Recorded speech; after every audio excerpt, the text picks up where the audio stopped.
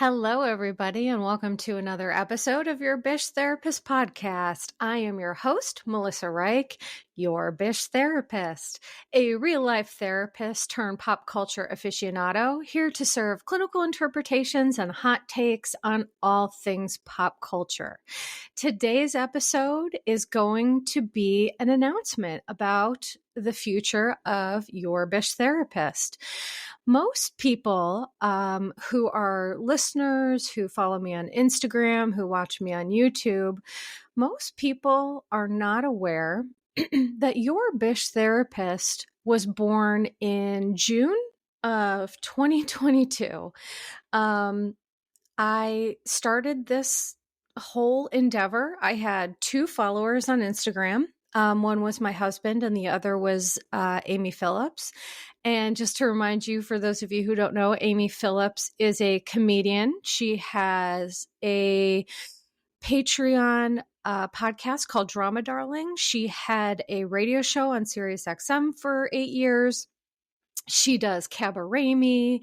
She does all these live shows. She is just really amazing. And most people do not realize that I got my start on her podcast. And some of my earlier episodes talk a little bit about where I got my name and how this all started. But, before I talk about, what the announcement is, I just wanted to give a little bit of a recap that, again, I went on Amy's show in May on a whim.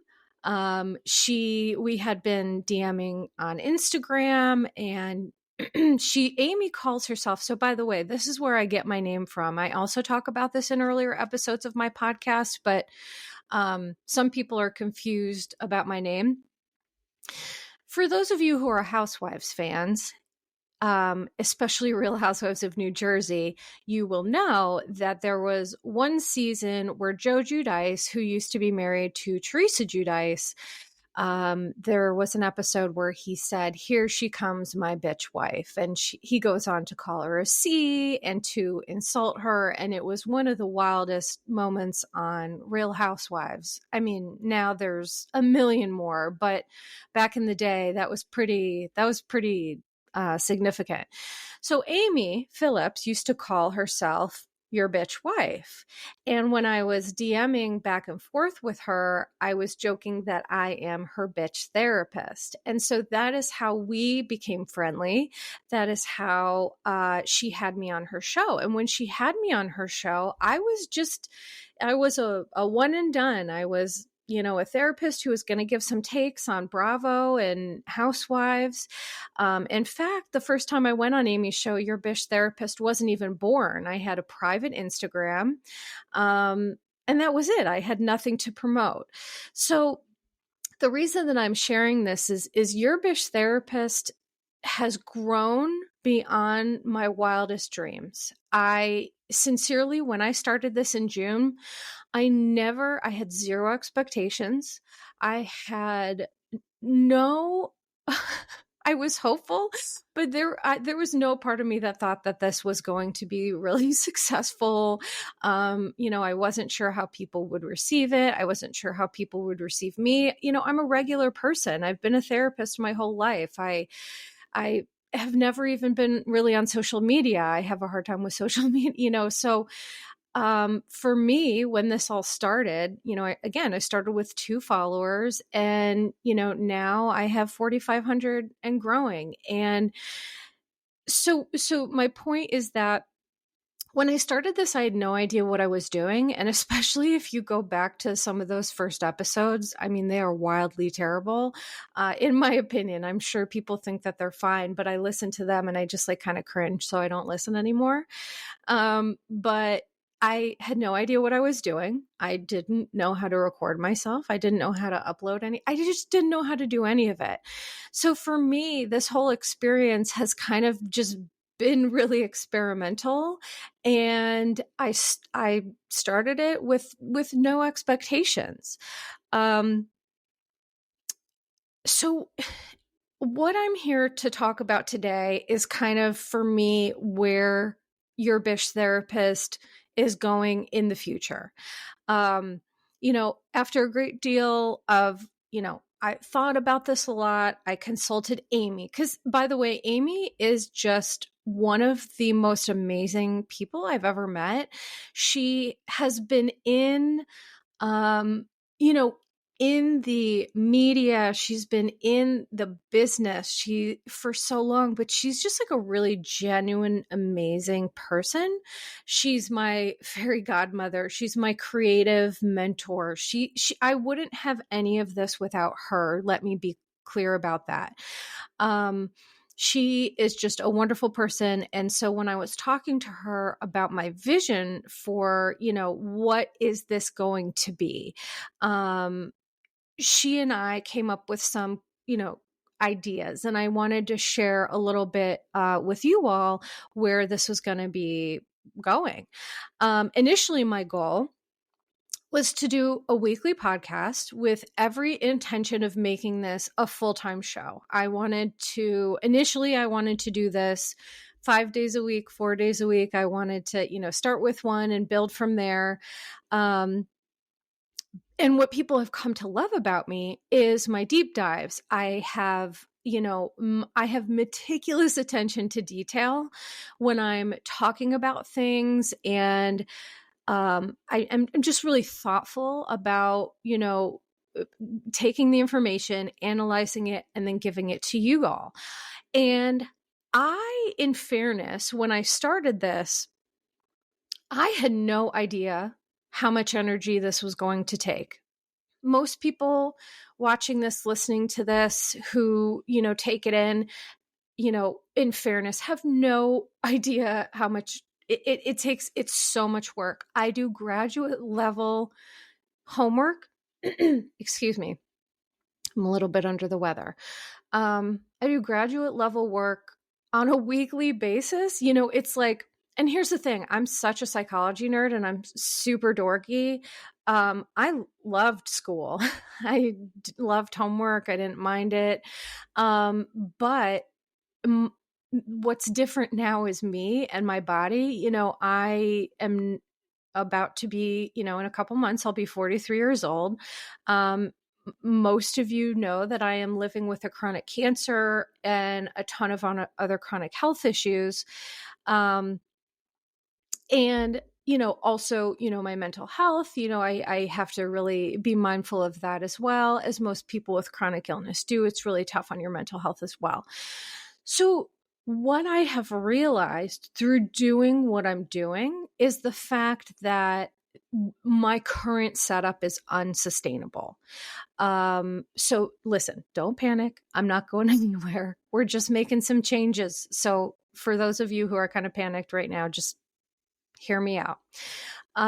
It's, for me, every day with my body is a new adventure, because so there's something called spoon theory for people who have a chronic illness, chronic cancer, what have you, is that regular, reasonably healthy folks, when they wake up, you have an unlimited amount of spoons. You can do whatever you need to do, work, go to the gym, have fun, whatever. People like me, we wake up with a finite number of spoons, and every day it's different. Some days there could be plenty, and some days there can be very few. And so I have to think about, okay, so if I have 10 spoons today, how am I, what am I doing? Do I go to PT and do my exercises? Do I, I have to make some choices about how to best spend my time and energy. And prior to this, Your Bish Therapist, I did talk about in some of my earlier podcasts, I had a really hard time during the pandemic. I had to walk away from my practice because my health, it was too precarious. It was too dangerous. My oncologist did not recommend continuing, to do work while, COVID was going on and things like that. So, and to be honest, the last few years of my life have been an experiment in and of itself. just for me, like as a human. I'm just like every day experimenting with, what am I capable of? What can I do today? Things like that. And so it's, in fairness, it's confusing for me. So I also understand if it's confusing to you. Um, and the thing is, for me, my entire life, I've been really good at hiding and concealing my pain and my struggle. I present, first of all, I look great. For those of you who are watching this on YouTube, I do my YouTubes with no makeup. This is just what my skin looks like. In fact, I have proof. I have a little zit right here on my face. So ladies in your 40s who are still getting zits, I feel you. I feel your pain. 40s, 50s, 60s, whatever it is. Anywho, so for me, I have to make what I call reasonable accommodations, which just means if I'm going to do something like this, I can't do hair and makeup every time I do it because I just don't have the energy to do it. So one of my reasonable accommodations is, guess what? I am in front of thousands of people who are watching this, and I certainly don't look my best, but guess what? To do this, it's what I need to do, and that's okay. My point is that you can't always tell by looking at folks where they're at, because I look healthy. I look happy, which I am. I am happy. I'm a happy, joyful person. But, we can't look at people and always know their capabilities, which is hence the term invisible illness. So for those of you struggling with invisible illness, I see you. You valid. I see you. At least if my looks matched how I felt inside, people would be like, oh, wow, she is really on the struggle bus. But they don't. So I guess that's a blessing. But the thing is I have had no idea what this was going to turn into. And I just feel that, for me, it's been really challenging to do these weekly podcasts. I have a lot of appointments that I do for my self-care every week. I have, I need time to rest and rejuvenate and, to do just regular adult things, grocery shop and clean and all these other things. So what frustrates me the most, I'll be honest, is that I have the mind of someone who is incredibly motivated and capable, smart, intelligent, funny, all these things, but in the body of someone who is not so on board with some of those tasks. And so I love this podcast. I love the amazing community of people that have been built. I have, friends on Instagram that I've met, friends that I've just met through doing this process, some connections that I've made. It's just been one of the most amazing experiences of my life. But I had to have a real conversation about how well does this work for me? People, which I appreciate, they always, they want more and more and more. And I totally get that. And that's the goal for me. So here's what this is going to boil down to. I am continuing the podcast, period. I'm continuing it. However, I'm going to make some changes in how I continue the podcast, and I have to have some boundaries around it for me and my own well-being, which, trust me, I'm not incredibly thrilled about this, but it's part of the grief of dealing with chronic illness is that there has to be acceptance of capabilities. I, back in the day when I was healthier, I was a powerhouse. I was capable of so much. And now I'm mentally capable, but physically just have to adjust a little bit. So here is what this is going to look like. What I call a win-win solution. By the way, I encourage everybody to look at problem solving through trying to make it win-win solutions. So there's win-win, there's win-lose, and there's lose-lose. A win-win is where everybody in the situation wins. It's not just one person. So a win-win solution that I have created for the listeners and myself is that I am going to start doing seasons of Your Bish Therapist podcast. Okay, so what does that mean? What that means is that I am going to finish up this first season next week. Now, I have promised, and I'm going to keep that promise, to have my season finale episode about the twin flame universe. I have posted about this on my Instagram. I've gotten some questions from folks. Some folks have emailed me. So there are a couple different shows about this twin flame, whatever they call it. I'll call it a cult. So the twin flame cult, there is a show on Netflix called Escaping Twin Flames, but there is also, thank you to the listeners who informed me of this. I really, really appreciate that. On Amazon Prime, there is another 4-part series about the twin flame universe, but from the perspective of Jeff and Shalia's friends. So I am going to rewatch the Netflix series. I'm going to watch the series on Amazon Prime. And then there is also a podcast that is narrated by the beautiful Stephanie Beatriz. For those of you who don't know, I'm a huge Brooklyn Nine-Nine fan, and Stephanie Beatriz, she played Rosa Diaz, and she narrates that podcast. And so I'm going to listen to that as well. So I just needed a little bit more time to ingest all of that media, 8 hours of TV, and then there's another 8 hours of the podcast. And so the point is that what I do takes a lot of time. I don't just, recap. And listen, this is no shade to anybody else. There are a lot of, there's a lot of podcasts, a lot of Bravo people that they do amazing work and they recap and they're hilarious.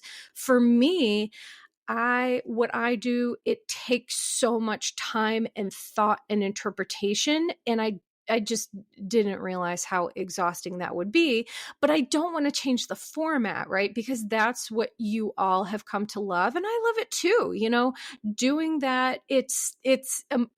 For me, it's intellectually stimulating. It's, during COVID, I thought my brain was mush. I thought I had lost all my skills. And so this has kind of helped me realize, like, no, your girl still got it. So there's lots of reasons that I just adore this. But what's not sustainable is doing an episode every week. I have not been able to engage in the self-care that I've needed to engage in. I have not been able to attend all the appointments that I need to attend for my health and well-being. So I think this is a beautiful solution. So here's what this is going to look like. Next week's season finale, again, Escaping Twin Flames. I'm going to ingest all of that content, which is sincerely a little bit daunting. And I'm going to be honest, the topic and the content is daunting too, because there's some very serious aspects of this in terms of gender identity and how that has gotten warped for some folks. And so there's very sensitive, very heavy issues. And I want to make sure to address it with the utmost respect, care, and concern, and most importantly, knowledge. I am a bit of a perfectionist, and so I want to make sure everything that I'm saying is thoroughly researched and vetted, and I'm speaking facts, and I'm, all of that stuff. So the catch-22 of doing what I do is that it's great and it's wonderful, but it also is really taxing. So here's what will happen. Next week will be the season 1 finale. I will be taking off December and first 2 weeks of January, and then season 2 of Your Bitch Therapist will start mid-January. I have some awesome things in the pipeline. I have been able to make some cool connections through doing this. So I do have a couple professionals lined up to do some interviews with about eating disorders and the media. I have a dear friend who has her PhD in sexual health and development, and she will be coming on to talk a little bit about sex and love addiction. And there's somebody else that I reached out to, but I don't want to talk about that yet. So I'm just hoping that season 2 of Your Bish Therapist, I do want it to be some of the same of what I'm doing, but I do also want to take it to a bigger level in terms of having some professionals on and things like that. So let me be clear, for me, this is not an ending. This is the beginning of some really beautiful stuff. I just have to be a little bit patient. I want Your Bish Therapist to be long term for me. For example, I keep all of my notes because my hope is to do a book. I've always wanted to write a book, and so for me, I do have, some ideas and some thoughts and some connections there. So TBD. I also, would like to just do a lot of really amazing things with this. I would like to eventually do live shows. I have a lot of people in this community that, are on the East Coast. And, I'm from Illinois. I would love to do a show in Illinois. I have a lot of folks and family and friends and people there that I would love to just connect with and do a live show. So to be clear, the announcement is that I want to do some wonderful things. I just respectfully ask that you're willing to be patient with me as I do them in the time that I need to do them. I understand people might have feelings about this. Some people may not be thrilled. I get that. And listen, I'm full disclosure, I'm nervous about this. I am, nervous about, I don't want to lose listeners. I don't want to lose, people in the community. I don't want that. But at the same time, for the first time in my life, and I'm saying this sincerely, I'm choosing me and what's best for me. Despite my fears around, taking a break, a little bit of a break. So that's a win for me, but, it also kind of sucks, and that's, just a friendly reminder. Sometimes personal growth, it's like, it can be great, but it can also be like, wah, wah. So, it really is a double-edged coin. So I hope this makes sense. I'm just looking over some of my other notes here. Okay. So here's what I wanted to say. So up until this point, I have released 16 episodes. Okay. So by next week, when I do the final season finale, there will be 17. And I will say this, that the season finale with Twin Flames, it's either going to be a supersized episode or it might be so long I have to break it into 2. But either way, I will release them on the same day. So my point is that 17, maybe 18 episodes for season 1. And I mean, that's a lot. Again, considering that when I started this, I had no idea even how to do any of this. I'm like, oh, Melissa, great job. So I'm going to share with you guys right now, for those of you who, because I do have a link tree on my Instagram page that has all the links to everything that I've ever done. But I know sometimes, navigating that and social media doesn't come easy for everybody. So I'm going to share with you each episode, and I'm going to give you a snippet of what it's about, so that if during the time that I'm taking my little break, if you haven't listened to all the episodes, there are truly so many to listen to. So what I suggest people do is they get caught up for season 2. The other thing that I am going to for sure do is, number 1, I'm going to still be active on my Instagram, but not necessarily every day. The other, the thing about me too, is I've never been a fan of social media. I crave authenticity. And to me, social media is the antithesis of that. And so I've always really just not loved social media. I've never been a fan of it. So for me, this whole your bitch therapist thing, there's two sides to that coin too, right? Because I'm not sure if you guys are aware of this, but people on the internet are really mean. Understatement of the year. And listen, I have wonderful people who are amazing and loving and sweet. But, what is interesting on the internet, it's kind of, it's black and white. There's not a lot of gray area. So it's either people love you or they hate you. And either way, they're going to tell you about it. I'm a tough cookie. I've been through a lot. I have a really thick skin, but at the end of the day, I also just need a break from social media. The world is in a tough place. I feel like it can get very toxic, and I know that other people are feeling it too. I've seen some other Bravo accounts just say that they needed to take a break and things like that. So if you need a break from social media, I say, listen to your heart and do that. But I will be posting on Instagram because here's what I'm looking forward to. I'm looking forward to getting back to watching all my Bravo shows. Sometimes I haven't been able to thoroughly watch them because I'm focusing on doing other things. So when I watch all of the shows that we love and I talk about, if I do feel called to post something, I will. I will certainly continue to post stories. And the one thing that I can commit to doing for you all is that, the holidays are coming up. This week is Thanksgiving. For those who celebrate that. And it's also Indigenous. There's a holiday on Friday, Indigenous Peoples Day, Native American Heritage Day. There's an acknowledgement of the day after Thanksgiving of the Indigenous folks, which is something really important and special. So I do want to acknowledge that as well.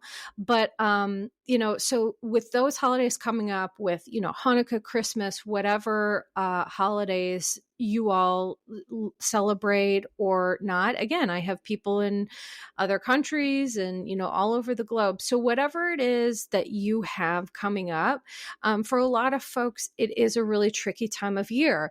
We're around family. That can be inherently difficult and problematic. Sometimes we're not around family because we're estranged, and that is inherently difficult as well. So my commitment is that around it's sometime in December, I will pop on to do a brief podcast about some tips and tricks to kind of manage mental health and wellness over the holidays, amongst maybe the chaos, the dark, the cold, whatever it is, so that I can commit to doing. I'll talk a little bit about coping strategies and how to, just kind of manage that. That is definitely something that I will do.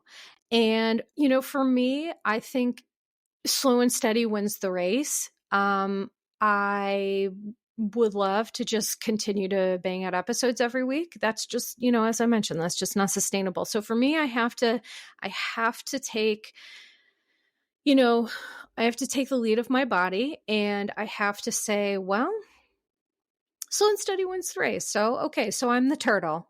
Okay, great. Well, watch me. Just watch me. That's all I'm saying, because I have some really big plans and I'm very excited. So next, I'm going to just talk a little bit about the episodes that I do have. This isn't going to be long, so don't worry. I'm just going to, for those of you who maybe haven't listened or haven't watched on YouTube, I just wanted to share some information about some episodes you might not even know about. Okay, so the first episode that I did was August 16th, the maiden voyage of YBT. So that episode is sincerely just me being like, hi, holy crap, I'm here. What am I doing? I'm a normal person. Like it, I'm sure it's it might be amusing to listen to. I have a super high squeaky voice in the first, couple of episodes. So that's kind of a nightmare for me, but you know what, whatever. Second episode was a supersized, like, I think it was like an hour and a half episode called Wow, Bethany, Wow, Please Don't Let It Be About HIPAA. It's about HIPAA. And that was when, remember, Bethany did the Rachel Leviss interview. So that episode was about that whole interview. And then the third episode was called Aftershocks of the Aftermath, which again was about, and this was in August. I don't know if you guys remember this, but Bethany, after the interview, she got a lot of flack. And so she released some sort of a podcast called the Aftershocks or the Aftermath or something like that. So that podcast was about Bethany, her, podcast after that. And what you'll notice is that, that's the last time I talk about Bethany. And so I will tell you all, that's the last time I'm going to talk about Bethany, because for me, what was apparent in those episodes, Bethany just really shit on content creators like myself who were small, who were, she called us losers. She called us a lot of different things. And I just, I'm not into that. I was offended, and I just think it's super rude. So, for me, Bethany enjoys when people talk about her. So for me, I'm just not gonna. So if you want to hear me talk about her, then those are the podcasts. Otherwise, that's all you're going to hear from me about her. Now, episode 4, it's the one where your Bish therapist tells her story. So this episode was about me making a wish through the Make-A-Wish Foundation and meeting the cast of Friends, which was very serendipitous because I did the podcast before Matthew Perry passed. And I just talk about my experience with that. For those of you who don't know, I'm a 2-time cancer survivor. My first cancer, I was not supposed to live. I was 17, so I got to make a wish. And so that episode is all about that. Episode 5 was the Jeff Lewis, Heather McDonald, Justin Martindale drama triangle. And my word, that was my most listened to and watched episode. It got a ton of attention, and it also got me a ton of hate. All I'm going to say about that is after that episode aired, I got massively attacked on social media, and I'm not going to be more specific about that. But then when I acknowledged being attacked, people got mad at that. I don't know. It was one of the weirdest experiences of my life. And again, for that reason, I'm not going to be covering that anymore. I know there's a lot of folks out there who like to cover Jeff and Heather. I don't want that smoke. And for me, it got me a lot of attention. I could easily continue to do that and get a lot of views and stuff. But for me, my peace is priceless, and I choose peace. So, okay. So then there was a bonus episode that I did called Addiction Among Housewives. And this was after Shannon Bedore got her DUI. For those of you who don't know, I was a addictions therapist at I was an addictions therapist at an inpatient residential treatment facility in Pennsylvania called Marworth. And so I have a lot of experiences with that. So after Shannon got her DUI, I just decided to do a bonus episode, because addiction and problematic alcohol use or substance use has been a topic of housewives, since the beginning, whether it's been with the kids, with the housewives, whatever. So that is what that episode is about. That was a bonus episode. Episode 6 is a Bravo News Roundup where I just tried something new, but people did not like it. With that episode, I did a couple of different discussions about, shows that week, Southern Charm, I think, and other things. People didn't love it because they like my signature deep dives. They like when I focus on one topic and I kind of go in really deep. So again, here's the thing. If I did more of a news roundup, I could probably do more episodes, but that's not what people are interested in. So I have to honor that. Then the next episode 9 is the Real Housewives of New York reunion, grief tornado. About, the Roni reboot. It was very heavy with grief, so I did an episode on that. Then episode 10, there's something about Mary Cosby. Now, this episode, I have to toot my own horn, and I have to say, if you haven't listened to it, you really should, because I do a humongous deep dive into the Cosby family tree, into the Bravo Docket ladies. They did an episode about like the legalities of it and the legal stuff. And I got their permission to take some of their podcast and report some of that information. Cause I'm a therapist. I'm not a lawyer. So that's an area that, is not my expertise. So they assisted me with that. And by the way, Bravo Docket ladies, we've talked about doing a little bit of a collab in the future. So hope to bring you that as well. Oh, wait, I'm going in wrong directions. Okay, I'm sorry. Bear with me for a second. So episode 6 was the Bravo News Roundup. So episode 7 was the Murdaugh murders, a legacy of generational wealth and trauma. That one got a lot of attention because I also did a crazy deep dive, tons of family tree stuff. I really went in hard for that. So that was really great. Episode 8 was Real Housewives of Orange County and Southern Charm. Episode 9 is the Kim and Corey Bierman saga, which, my God, those two. And honestly, I stopped covering that too, because I feel like people are bored with it. It's like they're on again, they're off again. I mean, the family is really going through it. So episode 10 was Mary Cosby. So I'm sorry, I just got the numbers wrong. 10 was something about Mary Cosby and the Cosby family. And there are a lot of really amazing snippets in there about murder. Possible murder.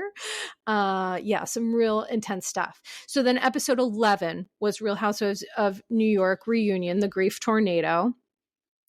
Episode and that also featured Southern Charm as well, because Southern Charm, it was when Olivia's brother died, and so there was just like a lot of grief, so I covered that. And episode 12, I did a tribute to my friend Matt after Matthew Perry died, and I also did an episode on Everybody Loves Tom. So Tom Sandoval had Dr. Drew on the show, and they did a narcissism test, and I just completely busted through that. It is a little nerdy, but I talk about, psychometric scales and, the validity of them and what makes them valid and why this one really wasn't valid. So that was super interesting. Episode 13 is called Listen, Linda, and that is about the relationship between Monica Garcia and her mom. And in that, I talk about narcissistic abuse and narcissistic parents, and things like that. And then my recent episode 14, is called Be the Light. And that's where I share my personal experience helping the Pennsylvania State Police talk someone down who is having some mental health issues.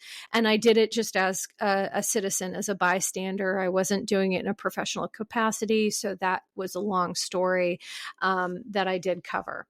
So my point is that for those of you who are bummed out or might be frustrated, there's still tons of content for you to take in, and B, there will be tons more content for you to take in just in January. So that's kind of it. And I appreciate all of the support and the love and the kindness and the friendship. This continues to be one of the coolest, most exciting things that I've ever done. And I just appreciate how much people appreciate it. I appreciate you all. So I just want to be super clear about that. So for those of you who are celebrating Thanksgiving this week, I just enjoy, take a breath when you're around family. My one piece of advice going out is don't argue with people. Whether it's about politics or, the state of affairs of whatever, I find with that stuff, really, with family, we're not going to change people's minds unless you're able to have a healthy conversation about it. I would say just don't engage. There's plenty of other things to talk about. Family memories, how good the food is, if you like turkey. I know some people it's like a love or a hate. So, please just take care of yourselves and each other. And, again, let's not forget to be the light in the world we want to see. So stay tuned for next week's season 1 finale of Your Bish Therapist about the Twin Flames universe. It's going to be a banger. I'm going to go out with a bang. So I look forward to that. And until then, thank you. Thank you. Thank you. Disclaimer. Posts are not intended to diagnose, treat, or provide medical advice. Your Bish Therapist is for entertainment and informational purposes only. The podcast, my opinions, and posts are my own and not associated with past or present employers, any organizations, Bravo TV, Great Heart Productions, or any other television network. The information in YBT podcast and on its social media is provided for general informational purposes only and is not intended to diagnose or treat. Please do not act or refrain from acting based on anything you read, see, here on YBT podcast or associated social media. Communicating with YBT via email and or social media does not form a therapeutic alliance. Melissa, operator of YBT, is unable to provide any therapeutic advice, treatment, or feedback.